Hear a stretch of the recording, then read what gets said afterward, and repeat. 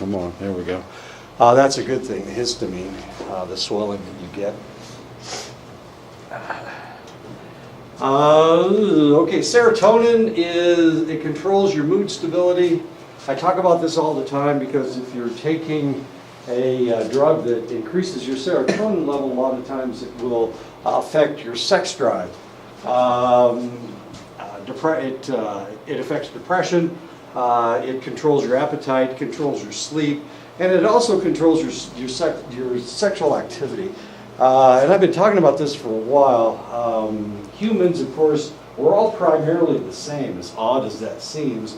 If you look at any other species besides humans, even other primates like monkeys or gorillas or chimpanzees, what you see is a lot of different levels of aggression. But in humans, you really don't see that. You don't see a lot of sexual aggression in males or in humans. And the reason is because of serotonin. Serotonin controls your sex drive in your hypothalamus. So potentially, as we civilized, the individuals that were oversexed probably dropped out of the gene pool one way or the other. They were murdered or killed or driven away so that they couldn't reproduce. So primarily, we're all the same. No matter where you go, if you're in China, if you're in Russia, if you're in Europe, you're in South America, you're in New Guinea, you're in Australia, you're going to see the same levels of sexual aggression. And that is probably because of civilization. Civilization controls this type of behavior. Mood can be elevated by forcing more serotonin into the synaptic cleft, of course. And we do see this from time to time. Did everybody get my email yesterday? Okay, all right. I just want to make sure. I don't want anybody to get hurt, okay? My idea, anyway. Enkephalins, endorphins, and dynorphins are involved in regulation of pain, relief of stress, immune response, stomach activity, other physiological functions. There's 3 of them. As I keep bragging, I don't know if it's bragging that I'm not sensitive to opiates. But opiates, of course, fill the endorphin receptor site. So potentially I don't have endorphin receptor sites. But there are other painkillers out there, dynorphins and enkephalins. So potentially I have more enkephalins and dynorphins. I've played sports all my life. I've injured myself over and over and over again. I played injured. So obviously I have some degree of pain control within myself, but I'm just not sensitive to opiates or opioids. Gamma-aminobutyric acid, or GABA, is the main inhibitory neurotransmitter. It's involved in almost half of potentially half of your synapses in your brain. So there's a lot of GABA. It's the most abundant neurotransmitter in the brain. It is inhibitory. It controls neurons to the extent that it doesn't allow them to overreact to things. So it's very important, of course. It controls your impulses. It allows your muscles to relax. I had a cousin he was in an automobile accident and died at 19, but we were the same age. And his muscles were always tense. And one time he came over to my house and he said, "Look at my calf." And it was tight. I mean, it was tight. And he wasn't tightening it. He said, "I can't relax it." And I looked at my calf, and of course, I'm a type B personality. I'm like a rubber man all the time. And we talk about this all the time. We talk about this between the two of us. He was always tense. There was always something going on. It may have been the fact that his GABA level was not incorrect. Something was wrong with it. GABA has to do with arousal. It slows down your brain, so it actually controls arousal. So those individuals, we saw this when I was in the military. We saw individuals that if they got excited, they stayed excited, and you couldn't get them unexcited. Other individuals, they would try to control themselves.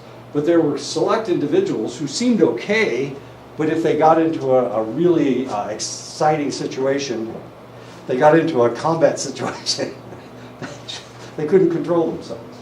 They were just continually aroused. And they were aroused afterwards. They were just all keyed up and they were ready to go. They were ready to shoot everybody, including people, which was kind of bad. But you know, and other individuals, of course, they were responding to what's going on. These guys, they were just keyed up all the time, and so you had to take them out of the line. You couldn't let them stay out there because they might hurt somebody, or they would run away, or they would do something stupid. So those individuals you had to control. One of the reasons that when you're drunk, if you're really good and drunk, you're pretty relaxed. It's because of the GABA level, and that's one of the things that alcohol works on is your GABA level. It increases your GABA level. It makes GABA more sensitive, or your neurons more sensitive to GABA. So it knocks you out, and this is one of the reasons why you can't get your keys in the lock, because your hand doesn't quite work. Your muscles start getting non-functional. Glycine is another inhibitory neurotransmitter. It's found in the brainstem and the spinal cord. It slows down the brain just like GABA does. It has to do with protein synthesis, glycine. We don't usually create pharmaceuticals that affect the glycine level, so we don't really talk about it a whole lot. Glutamic acid is another amino acid. It's an excitatory neurotransmitter. It plays a major role in cognition, motor function, sensory function, reinforces your memory. It's the precursor to GABA, glutamic acid. Tokinin, the tokinin group on one of them is substance P. So the P stands for peptide. If you were wondering, P doesn't stand for pain, it stands for peptide. It conveys the pain message to the brain from the peripheral nervous system. It is blocked by enkephalins. It's also blocked by ibuprofen and Tylenol and aspirin. So it's the substance P that's actually being blocked, and that's the reason why your headache went away when you took the Tylenol. Substance P. Anandamide is a lipid neurotransmitter. It has an affinity for the receptor sites that accommodate THC. This is really, we did this one backwards. We couldn't figure out why THC worked. We knew that it stoned you, but we couldn't figure out why. So we're looking all over the brain, trying to figure out what's going on. And all of a sudden we discovered anandamide. Well, we didn't have a clue what anandamide was. If you look in a biology text from the 1990s, anandamide is not going to be in there. When they talk about food and they talk about satiation, they don't know why it works in the brain, and it says it in the textbook. But now, of course, we've discovered anandamide, and the reason we discovered it is because we're trying to figure out why THC worked. The people that wanted to legalize marijuana were saying things like, marijuana is natural, it has a receptor site in the brain, it has a receptor site in the brain, so obviously we've been smoking marijuana for an extended length of time if it has its own receptor site. That's what people were saying. So the scientists needed to figure out what was going on.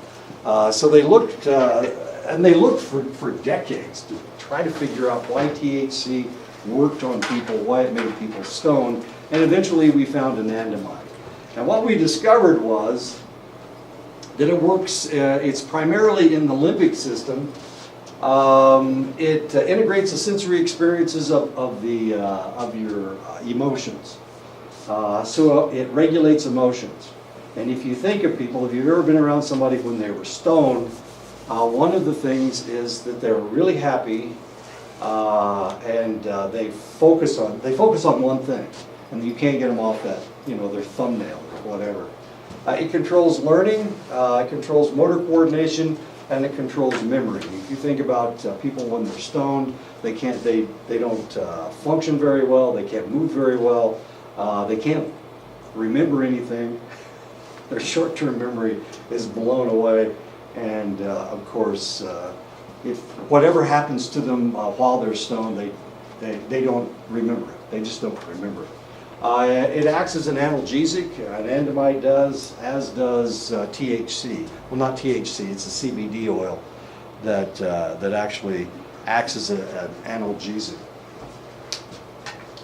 So what we discovered a new neurotransmitter by looking at why marijuana works on people, as odd as that may seem.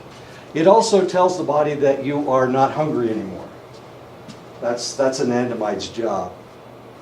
And of course, one of the things that marijuana does to you, it takes away that receptor site. It inhabits that receptor site, so people don't realize that they're not hungry. And so what happens after you smoke marijuana? You get the munchies, and you'll eat anything. Usually snack food if you can find it. The fattiest food you can find, that's usually what they'll eat, as confusing as that is. Anyway, now you understand why. Anandamide tells you what your satiation point is. And of course, if that receptor site is being taken up by the THC, then you don't know that you're not hungry. So you eat, and you're hungry. You're really hungry because your brain isn't telling you that you've eaten enough food. As confusing as that is. Pituitary peptide, corticotropin is a pituitary peptide. It's a precursor for ACTH and cortisone. It aids the immune system, it helps healing, it's part of the stress control mechanism. There's one gas, and we didn't realize that this was around until they found Viagra. Until they discovered Viagra, until they invented Viagra. They realized what was going on was that the nitric oxide was working on the human body. And it's the nitric oxide that was causing the individual to have an erection. So what they did, they blocked the enzyme that kept the nitric oxide from manifesting itself. And when they did that, of course, they allowed the individual to have an erection. It's really kind of odd. They discovered it in 1992, and of course, then they discovered, and what they were actually looking for, they were looking for an aphrodisiac.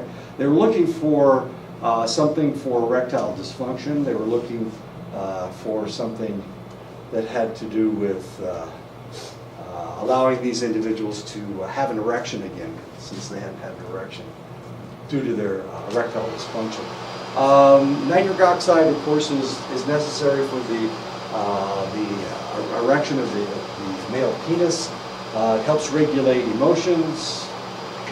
As strange as that seems, in too large of doses, it can cause cancer and vascular collapse, which is not a good deal, nitric oxide.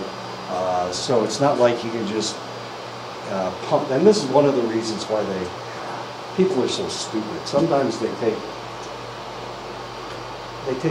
an overdose of Viagra, which is the dumbest thing in the world. So what do you think you're doing to yourself? Well, one of the things that you're potentially doing is causing vascular collapse. If you've ever listened to the commercials, and there's really no reason for you to listen to an erectile dysfunction advertisement, they always tell you if you have an erection for longer than 4 hours, then you need to seek medical attention. And the reason is because you will suffer from vascular collapse if you have an erection for too long. The males, of course, is what we're talking about. Anyway, so that's nitric oxide. We discovered it because we were looking for something else. The anandamide, we found it because we're trying to figure out why THC worked. So a lot of these things, we discovered them because we were looking for a medication or pharmaceutical or whatever. So the psychoactive drugs and neurotransmitters, alcohol directly affects the GABA level, the metenkephalin level, and the serotonin level. One of the reasons that people like alcohol is because it makes you feel good. It increases your serotonin level.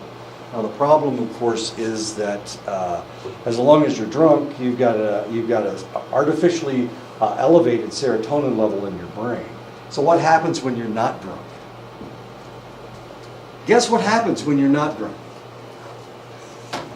If it's artificially increased when you are drunk, what happens when you're not drunk? You're grouchy, of course. You're unhappy. I don't know if you've ever been around an alcoholic, but when they're not drinking, and sometimes that's one of the reasons why they have to take they have to drink a hair of the dog or whatever, to take a drink, because it increases their serotonin level. It's the only time they feel normal.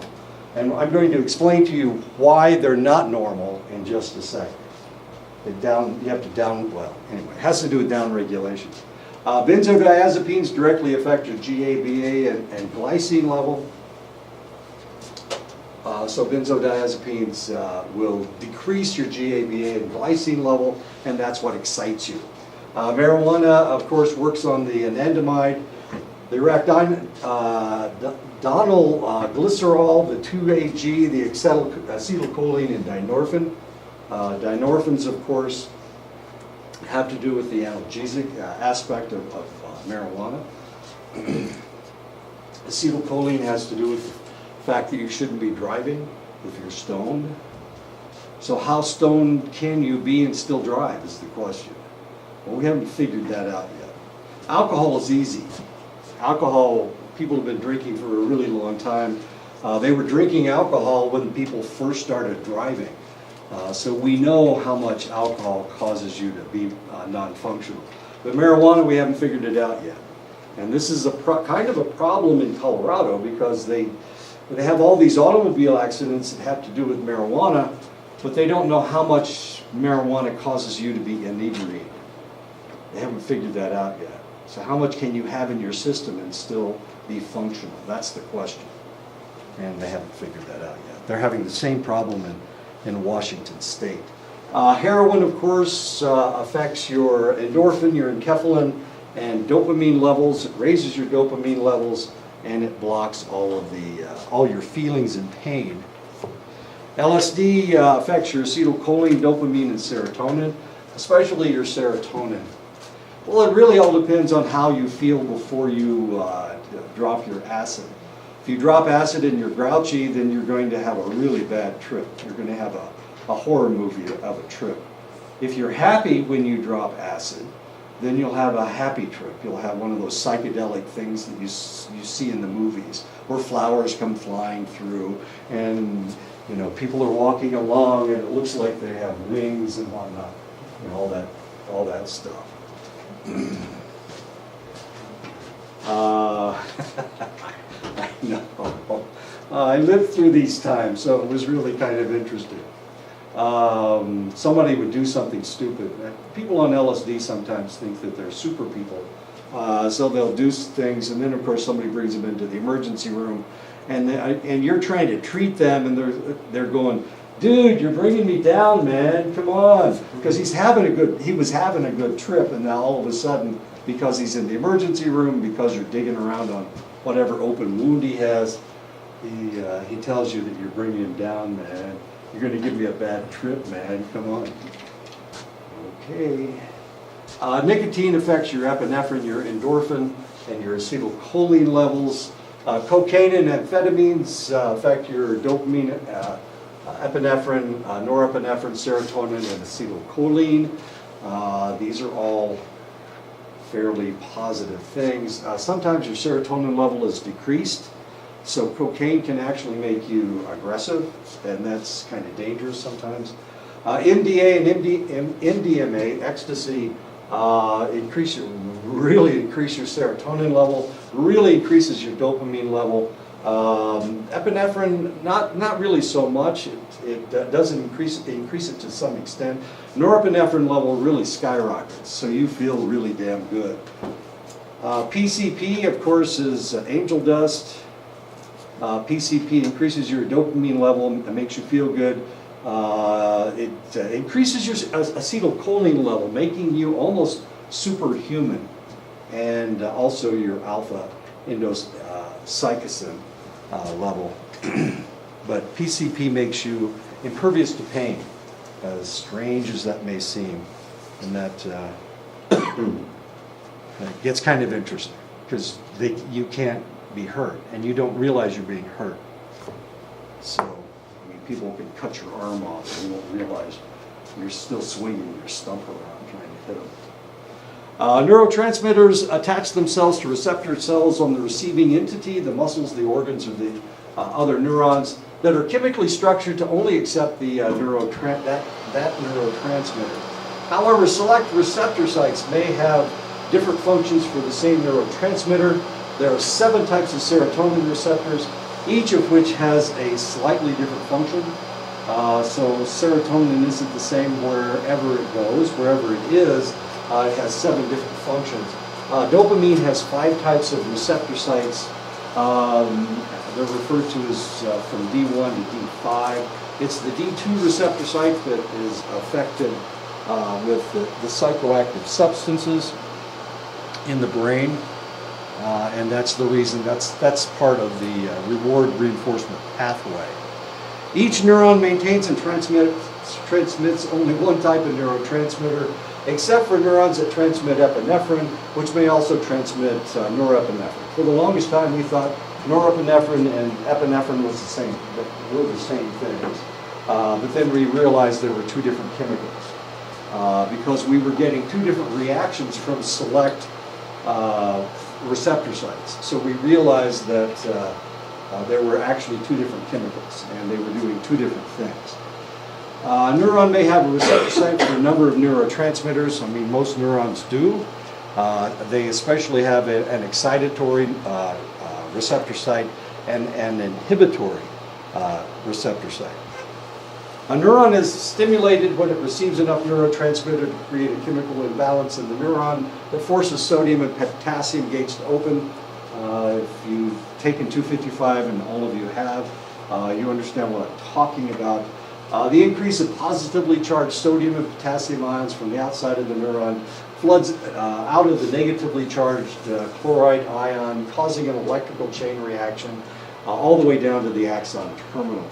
At the axon terminal, the electrical stimulation causes the vesicles to release their neurotransmitter into the synaptic cleft, which in turn stimulates the partner neuron. It's the chemical that excites the partner. Excitatory neurotransmitters work by opening sodium gates, allowing sodium into the neuron. Inhibitory neurotransmitters work by opening chloride gates, making the neuron more negative and thus more difficult to stimulate. So we have inhibitory and excitatory neurotransmitters. One opens up the sodium gate, the excitatory opens up the sodium gate, the inhibitory opens up a chloride gate, making it more difficult for the neuron to fire. The stimulation of the neuron by the neurotransmitter is known as the first messenger system. This gets really important when we're talking about pharmaceuticals. First messenger system is a fairly simple reaction. If the neuron is stimulated by another entity, such as a biological or chemical change, it's known as a second messenger system or a secondary messenger system. So if it's excited by the a neurotransmitter that's already there, then that's the first messenger system. If it is a chemical from outside, or it's a chemical that affects the receptor site but isn't the chemical that's supposed to affect that receptor site, it's known as a secondary messenger system. And this gets very important when we're talking about, especially when we're talking about high blood pressure. Because high blood pressure pills, there's lots of different types of blood pressure pills. They are a second messenger system. They are trying to act as inhibitors to the neurons. They don't want the neurons to fire. The individual gets overly excited. Their circulatory system is reacting to stress in a very negative manner. So we're giving them medication that slows down this whole process so that it lowers their blood pressure. They keep lowering the blood pressure level. When I first started in medicine, it was like 140 over 80 or something, and now it's like 120 over 70, which means a normal blood pressure before is now an abnormal blood pressure, if you understand what I'm talking about. I know, this is crazy. Then they're going to lower it again. I understand they're going to go to 110 over 60. I know. In the old days, if somebody had a blood pressure of 110 over 60, we treated them for low blood pressure. Yeah. Now that's normal. So I'm not exactly sure what's going on. I don't know if medicine really knows what they're doing sometimes. Yeah, this is bizarre. You're just wanting to make money. Yeah. My dad recently just became high blood pressure. He said back then they used to say his blood pressure was just fine. Yeah. And he never took anything for it. Now it's where it's always been to where Right. it was at. Now they're saying that it's high. It's high. Now they're going to treat him. Now they're going to give him pills. Yeah. Before they wouldn't give him anything. They'd say he's fine. Is he having any effect from high blood pressure? Blood pressure pills. I don't know why I'm gonna take this, like this one, and just That's why most of them don't actually take it. Yes, ma'am. Is it because of change in environment maybe? Does it change environment? This is what happened. They started taking people's blood pressure and they averaged it out. They said this is normal. Then they realized, wait a minute, this person with the normal blood pressure just died of a stroke, or just died of a heart attack.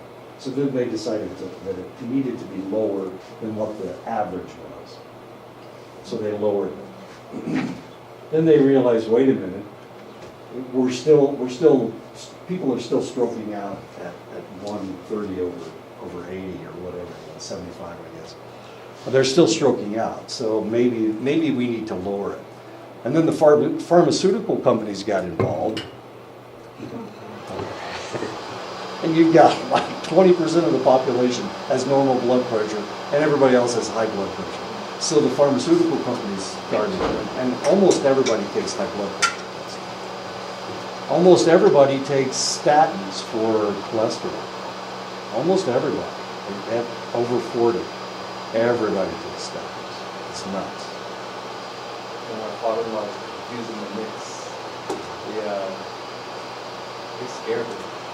They gave him a bunch of pills or probably even needed it. I think they scared him for about a good 6 months. Then you stop taking the pills? Yeah.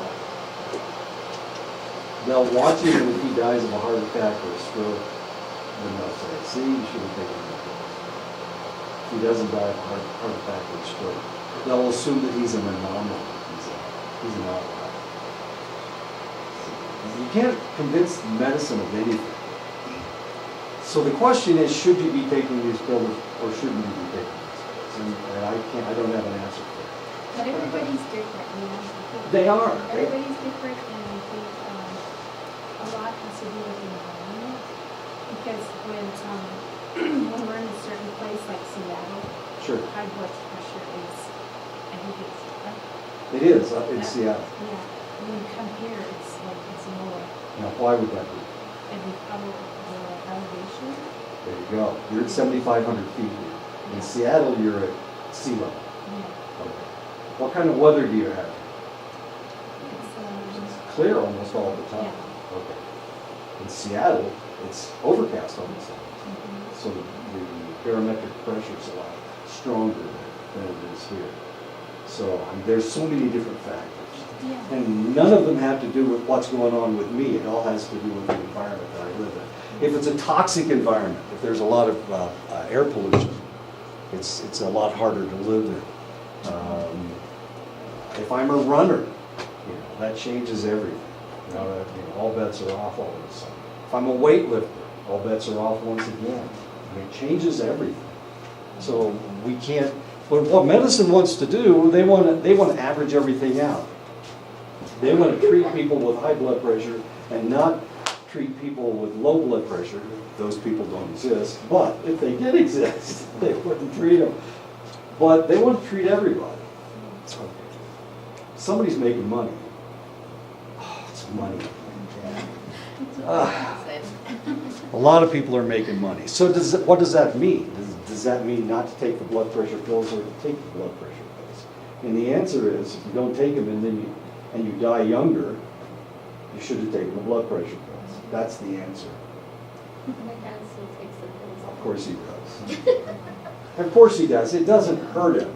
That's not going to kill him. Yeah, that's what he does. The high blood pressure might actually stroke him out or give him a heart attack. Okay. All right. And I have no answer because I'm on the same merry-go-round that your dad's on. They keep trying to lower my blood pressure. And of course, high blood pressure doesn't hurt. You can't feel it. It doesn't, you don't feel any different. Sometimes when you take blood pressure pills, it makes you tired and not have as much energy. That's about the only thing that you can tell from blood pressure pills. I have no answer to this because I'm doing it as well.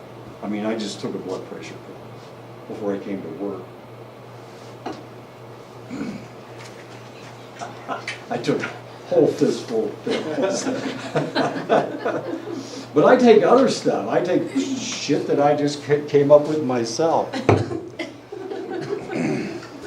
I took ginkgo, and I took ginseng, and I took, what else did I take?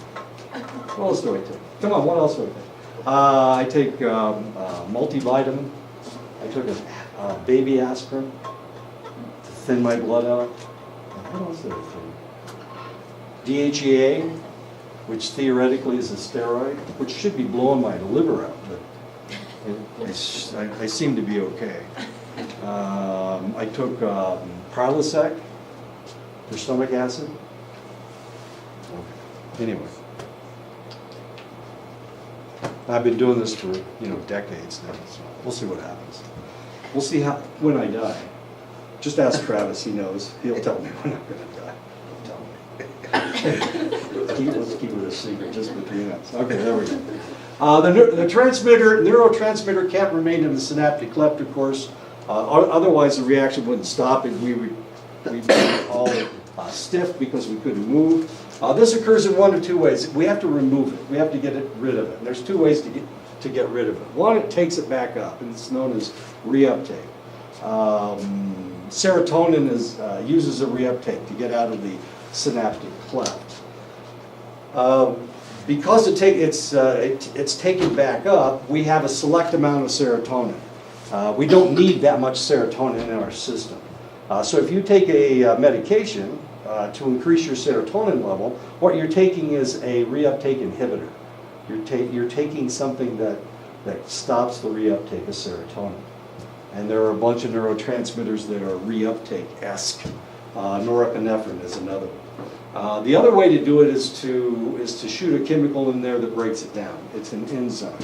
Acetylcholine, of course, is broken down by acetylcholinesterase, which is an enzyme that breaks down acetylcholine. So those are the two ways we can do it. We can either shoot a chemical in there that breaks it down, or we can take it back up into the cell, the neuron. The number of receptor sites is not constant. As a matter of fact, it changes fairly readily. We have what we refer to as up and down regulation of receptor sites. If you overstimulate a neuron, then it will, the neuron, in order to protect itself from overstimulation, will reduce the number of receptor sites. That will keep it from overreacting. And this is known as downregulation. Let's say that you're depressed and you want to make yourself happier, but you're not doing anything to make yourself happier, what your neuron will do will increase the number of serotonin receptor sites, and this is known as upregulation. This has a lot to do with drugs. Most drugs overstimulate your neurons, and because of that, you have a downregulation of receptor sites. So the first time you take methamphetamine, you get a really extreme reaction.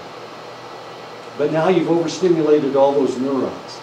So what those neurons will do is they will reduce the number of receptor sites. They will downregulate. So the next time you take methamphetamine, if you take exactly the same amount you took before, you're going to have half the reaction that you had before. That's the way it works. So in order to get the same reaction you had before, or something similar to the same reaction, you have to take more of it. And this is the way it works with a lot of different drugs. You just keep having to take more and more and more. And this is the reason why your habit starts at one level, but it very quickly accelerates to a much higher level. Chasing the dragon. Chasing the dragon, exactly. You're looking for the same reaction you had the first time, and you'll never catch it. Because your neurons, sometimes you kill them. Sometimes you kill the receptor sites. They will never come back again. This is what happens with MDMA, with ecstasy. You're overstimulating your serotonin receptor sites. So people who take ecstasy, especially if they take it on a relatively regular basis, like the ravers in Europe, these are the grouchiest people you ever want to be around because their serotonin level is tanked. They have destroyed the serotonin receptor sites in their brains. And now they can't get happy, as sad as that is. Now, if you're an alcoholic, guess what happens? The same damn thing. Now, you can't get happy. Well, you can't. So what you do is you stay drunk all the time because then you feel better. When you drink alcohol, it increases your serotonin level, but it artificially stimulates your serotonin level. So when you're not drunk, you're not very happy. And so for you to feel normal, you need to increase the serotonin in your brain. The only way to increase the serotonin in your brain is to drink more alcohol.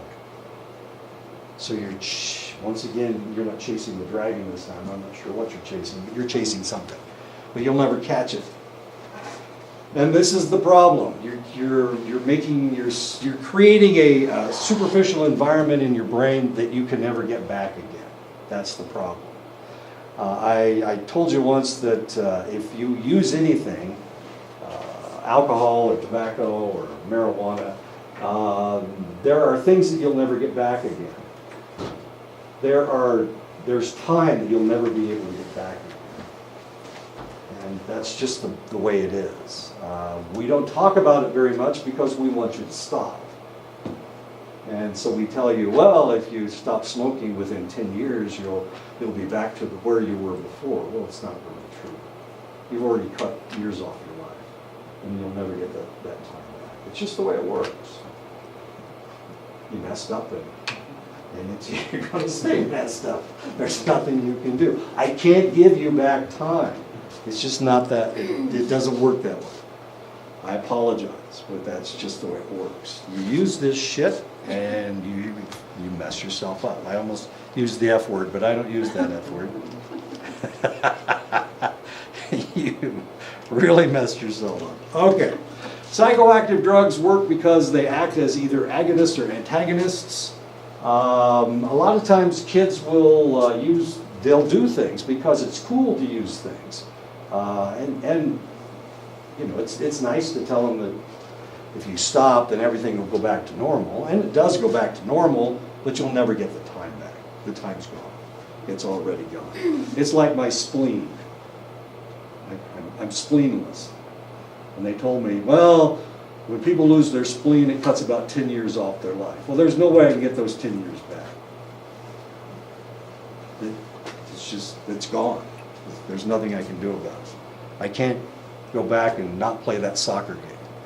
Or I can't go back and not sprint down the field and have the guy hit me with his shoulder in the chest and blow my spleen out. There's nothing I can do. I can't do anything about it. Psychoactive drugs work because they act as either agonists or antagonists. Agonists either mimic or facilitate the effects of a neurotransmitter. Nicotine acts as acetylcholine, ethanol, mimics GABA, LSD mimics serotonin, and of course THC mimics anandamide, like cannabinoid receptor sites. If this happens partially, it is known as partial agonist. An antagonist blocks neurotransmitters. If the receptor is stabilized, making it inactive by a drug, The drug is referred to as an inverse agonist. How drugs affect neurotransmitters? They can block the release of neurotransmitters. Heroin blocks the release of substance P, taking the pain away. It also makes you forget, makes you not think of things. They can force a release of neurotransmitters, forcing more to be released than is released naturally. Cocaine forces the release of norepinephrine and dopamine. Ecstasy, MDMA forces the release of serotonin. And this is a superficial release. The alcohol does the same thing with GABA. It also does the same thing with serotonin. So if you drink alcohol, it makes you feel good, theoretically. Now it makes me feel bad, so I haven't figured this one out yet. Maybe my brain is upside down. Maybe it's backwards.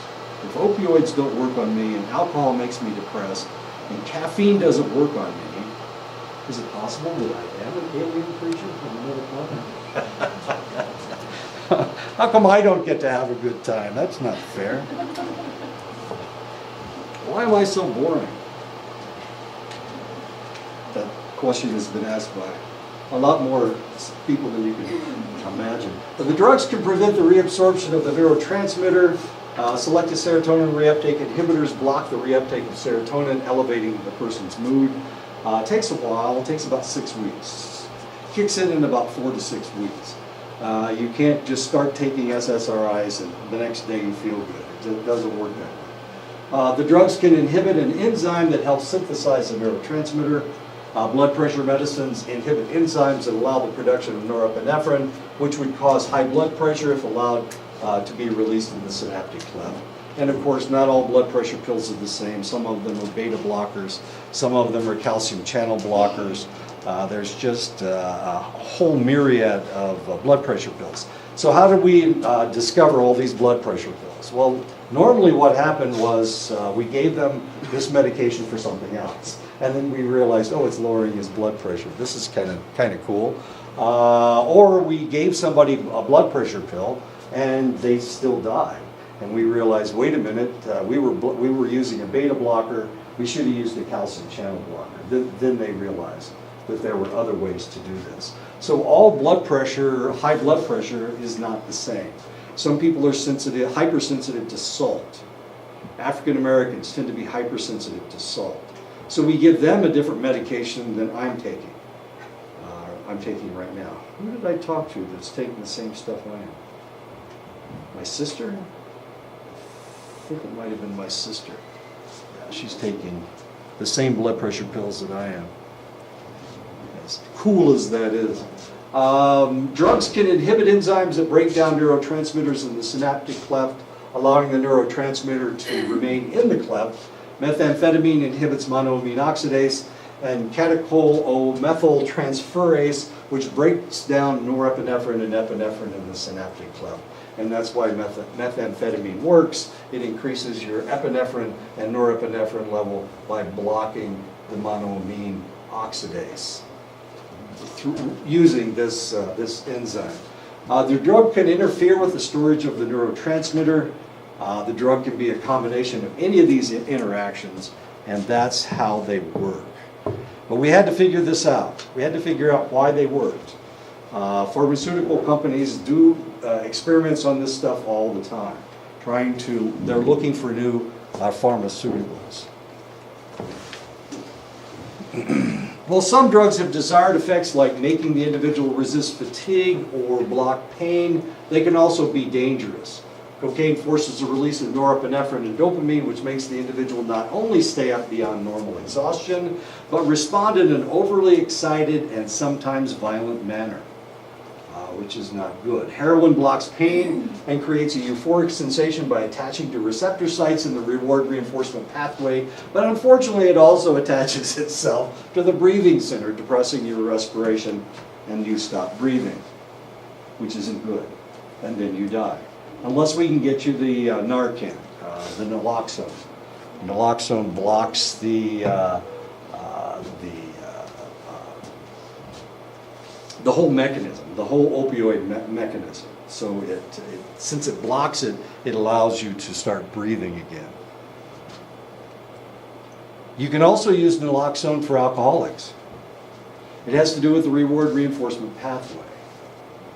And you can use it for alcoholics. If you give an alcoholic naloxone, then the alcohol has no effect on it. Doesn't make it work, doesn't do anything to it.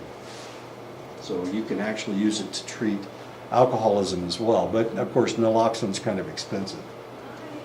LSD acts as both a stimulatory neurotransmitter and alters the user's perception of external messages, mixing their perceptions so that they may hear images and see sounds, which is always interesting. This is known as synesthesia, where the sensory information is getting crossed in your brain. And it's because of all that serotonin. The serotonin is really mixing things up. So you see colors, you always see colors. You see sounds and you hear colors and whatnot. Or you smell them or you taste them. It gets really bizarre.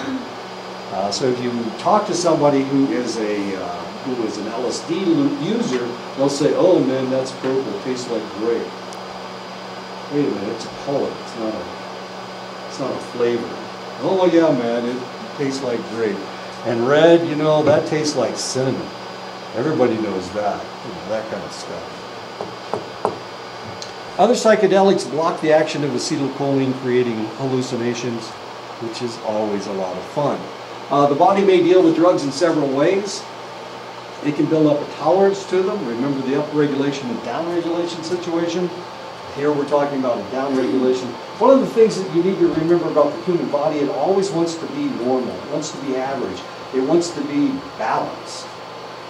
So when you put a toxin into your system like alcohol or LSD or aspirin, your body has to try to balance it out.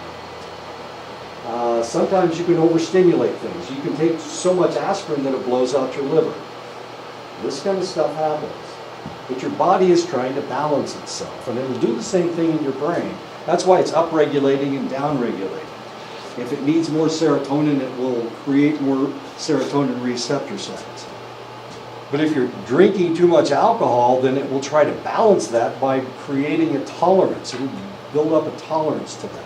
And it'll do this with just about anything. Anything. So you can build up a tolerance. Sometimes it will become tissue dependent, like with alcohol. Psychological dependence, like with marijuana, where the individual has to get stoned, man. Well, why? Do you really need it? Do you crave it like that? It's not a physical craving. It's a psychological craving. I need that. Another one is withdrawal. And the other way is for the body to break down the drug. And this is known as metabolism. Of course, the body is always breaking down drugs. The liver is always metabolizing things.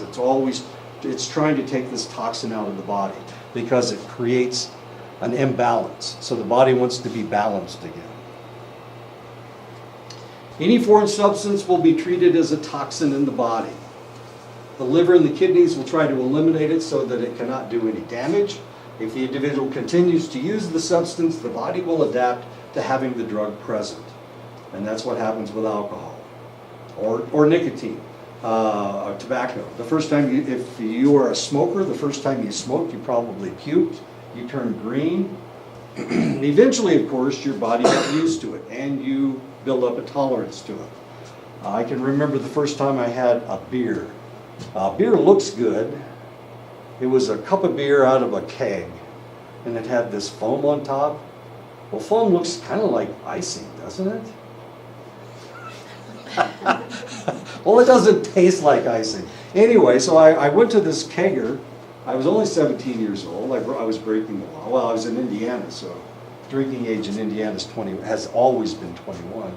I was at a kegger at a fraternity, and I was with my friend. And we each got a glass of beer and, a plastic cup of beer. And we started drinking it, and I said, "Oh, this stuff tastes really bad. This is horrible." I said, "Yeah, I know." And he just kept drinking. I said, "Why are you drinking that? It tastes really bad." He said, "Well, if you drink enough of it, it doesn't taste so bad." And I was thinking, why the hell would you do that? How stupid are you? And today, he's still a friend of mine, he drinks beer. And he drinks, he'll go to strange places and drink the local brew. You know, he has developed a taste for the beer. But I was there when he drank his first beer. And I know that he didn't like it.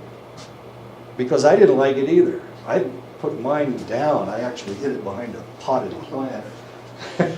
Not exactly.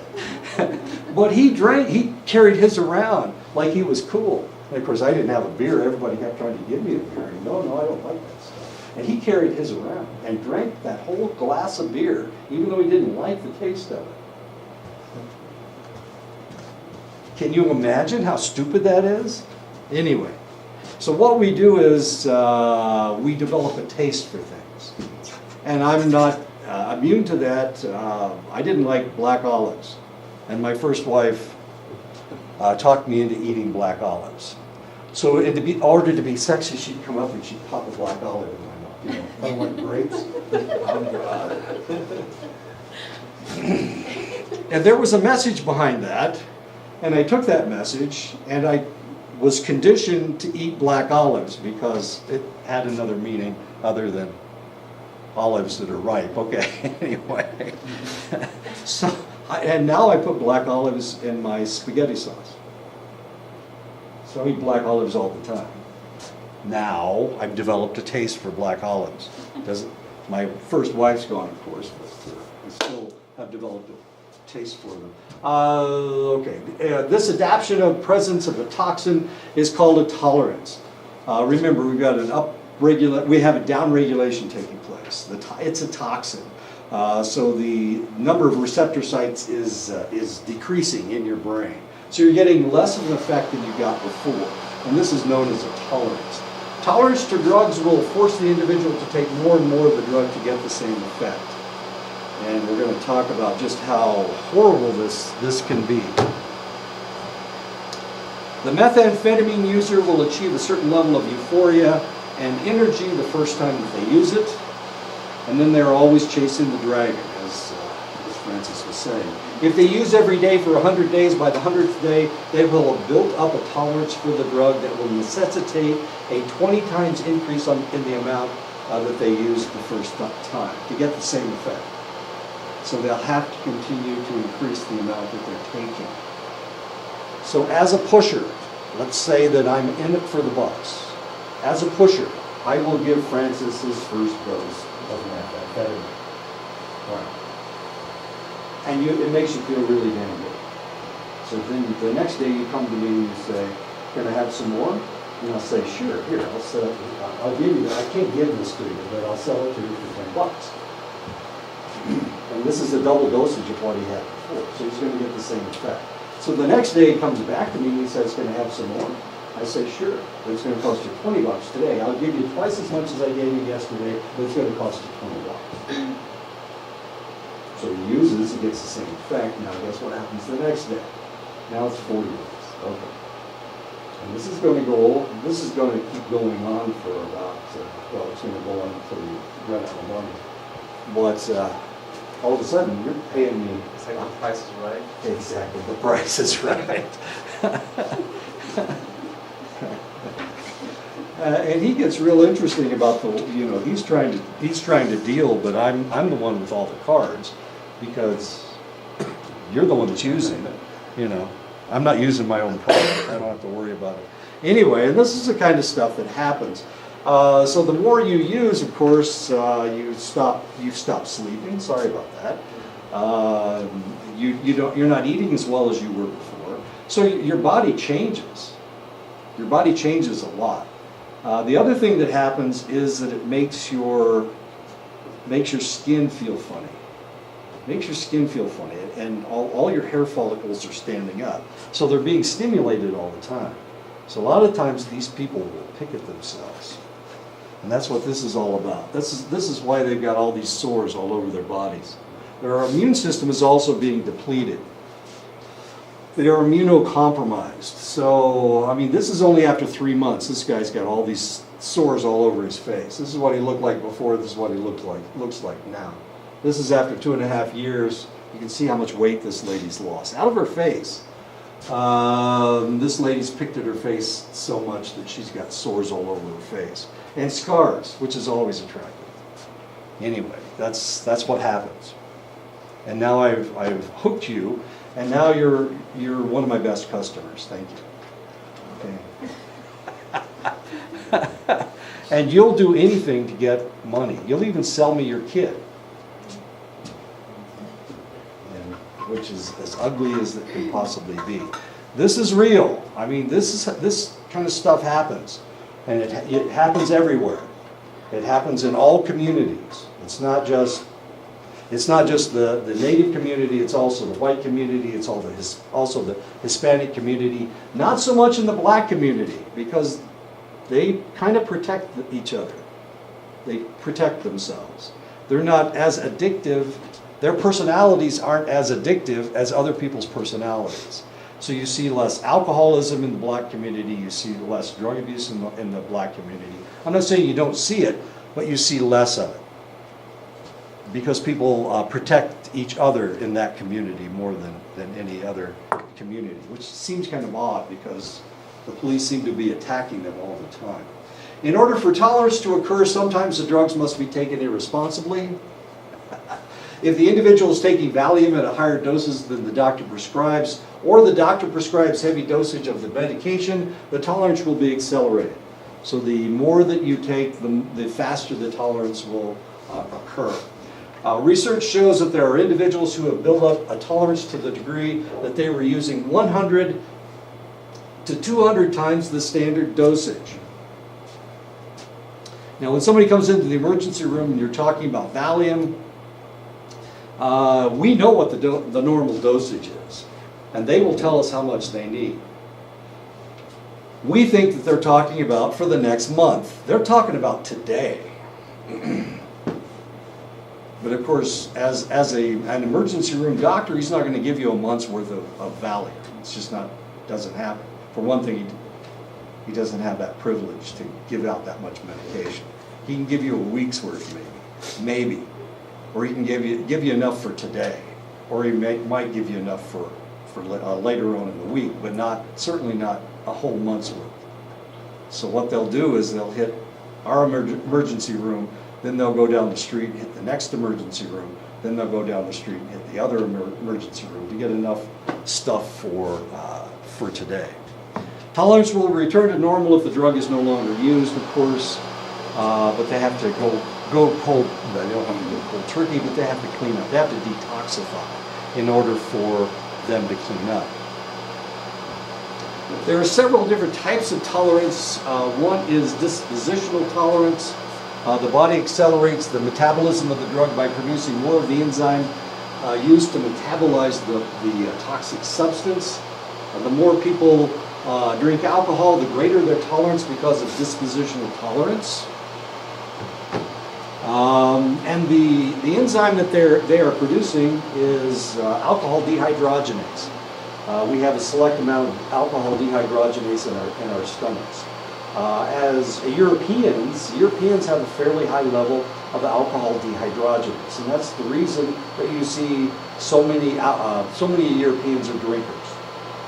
If you go up to Montana, the vast majority of people that are alcoholics up there, despite the 7 reservations, despite the fact that 80% of the people on the reservation are either alcoholics, recovering alcoholics, or recovered alcoholics, there's still a lot more white people that are alcoholics. Yes. Question. Can you get high off of vinegar? Because one of my friends, her sister, she came up to us while I was talking to her sister in a supermarket, and her sister came up to her and gave her some money to get her some vinegar, and she smelled the vinegar. When she would talk to you, she smelled it. And I was like, why did she want this? Her sister was like, when her sister left, she's like, I don't like it when she told me to buy her vinegar. And I'm like, okay. Do you know how you make vinegar? I don't know. But she bought like these big old cans of vinegar. And I was like, I was always curious about that. Are you ready? Are you ready for this? Okay. Vinegar usually is made from apples, and what they allow it to ferment. And if you draw off the gas, then you'll create hard cider. But if you don't draw off the gas, it'll ferment to another level, and that makes vinegar. All right. So, yeah, there's a degree of alcohol. There kind of is alcohol. It's fermented anyway. Yeah. So you could, I guess you could get. Wasn't that So it's so the same is that price. worse than actual alcohol? It's not really it's not the same type of alcohol that you're thinking of. It's vinegar. Most people can't drink very much vinegar because it's so acid. Yeah, exactly. So, but I guess if you build up enough of a tolerance, or if you've got the acids in your stomach, you'll be okay. Vinegar wine. Yeah. Red wine vinegar. Yeah, what they do is they allow it to, or they make a mistake and it ferments. Yeah, they let it sit too long and they don't. If she drinks so much of it, like she only was 2 big gallon Yeah. So wouldn't her stomach be like, Does she act inebriated when she drinks it? I don't know, I've never really been, I think the only time I've been around her sister was when my friend asked us to do, she needed my help for cooking or something. And she was in the kitchen, her sister was there, and the same thing, she still smelled like vinegar. And whenever she talked to me, she smelled like vinegar. But she was always like, I don't know, like she was always kind of shaky. And It has to really weird. has to do with the breakdown of sugar. And if you break it down to a certain point, then you create alcohol. And if you break it down a little bit farther, it becomes vinegar. That's it.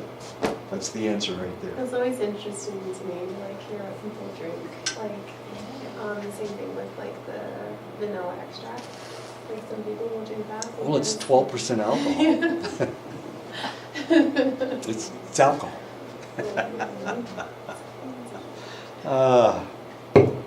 Military people are professionals at figuring out what has alcohol in it and drinking it, especially Navy people. They're the worst. Because they're not allowed to have alcohol on the ship, but they can't keep you from taking your aqua velva on the ship, or having vanilla extract to flavor the cake with or whatever. So they figured it all out, and they have a special way of taking all the other substances out of there and just leaving the alcohol. But doesn't that ruin their body more? Oh yeah, than actual alcohol? the toxins. Yeah, drinking aqua velva. Come on, ugh. Can you imagine what that's doing to your liver? Your liver has to clean all these toxins out of your system. So especially naval personnel, we see them drinking all kinds of horrible things, and then of course they die in their 40s from liver cancer or whatever, cirrhosis of the liver, because it's accelerating the whole process. And this is really kind of tragic. Don't see it nearly as much anymore. We check on all these things theoretically. You smell their breath to see if their breath smells like vanilla or aqua velva. We try to do that anyway. That's the good news. Pharmacodynamic tolerance. Affected nerve cells become less sensitive to the drug. When opioids are used, neurons begin generating fewer receptor cells to the opioid to lessen its effect. That's the downregulation. The body will also produce cholecystokinin as an antagonist to the drug. Cholecystokinin comes out of your gallbladder. So cholecystokinin, if you are an opioid user, one of the side effects of opioid use is gallbladder disease. That doesn't mean that just because you had gallbladder disease that you use too many opioids. But it can be an effect. One thing can affect the other. Cholecystokinin. Behavioral tolerance. The brain compensates for the effects of the drug by using parts of the brain not affected. If you've ever been around a drunk person, sometimes they act really drunk, and sometimes all of a sudden they don't seem that drunk at all. Well, you can do this if you're a really good drunk. Sometimes you act drunk and sometimes you don't act drunk. And you do this by using the part of your brain that's not affected. I talk about this all the time. The first thing, the alcohol will go to your prefrontal cortex. It will go to the reasoning portion of your brain, and it walks its way back to your cerebellum. But if you are smart enough, you can, despite the fact that you've had a lot of alcohol and you don't have any reasoning portion of your brain, you will start thinking out of your cerebellum. Your cerebellum has to do with memory. Normally what you're doing is you're tying into a memory from your cerebellum, and you don't seem drunk. And you can do this. And then they're acting okay, and then all of a sudden the cop leaves and boy, they're just drunk. Because they're using that part, they use the cerebellum for to seem not drunk, as odd as that may seem. I've seen it over and over again. This is the part that drove me crazy. So somebody would come in, and of course they were in an accident, and they only had a couple beers, and they lay down on the gurney, and the doctor takes care of them, and the nurse is there, and as soon as the doctor and the nurse goes away, I have to go in and draw their blood. Well, they know that I'm not an important person, so all of a sudden they're drunk, right? They weren't drunk before. Everything was fine, and as soon as the doctor comes in again, they're sober as a judge. It's the most bizarre thing in the world. So the only person that saw them drunk was me. And so I tell the doctor, and he thinks I'm nuts. One time we had a little kid that came in, and we had a dad, and his dad brought him in. And I went in, or the doctors were in there, and they were talking to them. The little boy had gotten into his dad's alcohol, and he was drunk. And he almost had alcohol poisoning. It was really pretty bad. And the dad says, I don't know how all this happened. All this stuff is really terrible. And I had just come into the room. The doctor was still there. He was still talking to the dad. And I see the dad, and he's talking to the doctor, and everything's normal. The doctor leaves, and I have to draw the kid's blood. And I asked the guy to come over and help me. Well, he's just about passed out. He's so drunk. But when he was talking to the doctor, he was very, very lucid. He had used a different portion of his brain. And so I went out and told them, well, the dad's giving this kid his alcohol. He's drunk. He's as drunk as the kid is. He said, no, I just talked to the father, and the father wasn't inebriated at all. You know. What did his breath smell like? Well, his breath smelled like, Aqua Velva or something. Mouthwash. It smelled like mouthwash. And he had, he was acting not drunk because he didn't want to be charged with child abuse, because he was allowing his son. He was drinking with his, the kid was 8 or 9 years old. Anyway, that kind of stuff happens from time to time. We need to stop right now, and we'll pick this up next time. As much fun as this is.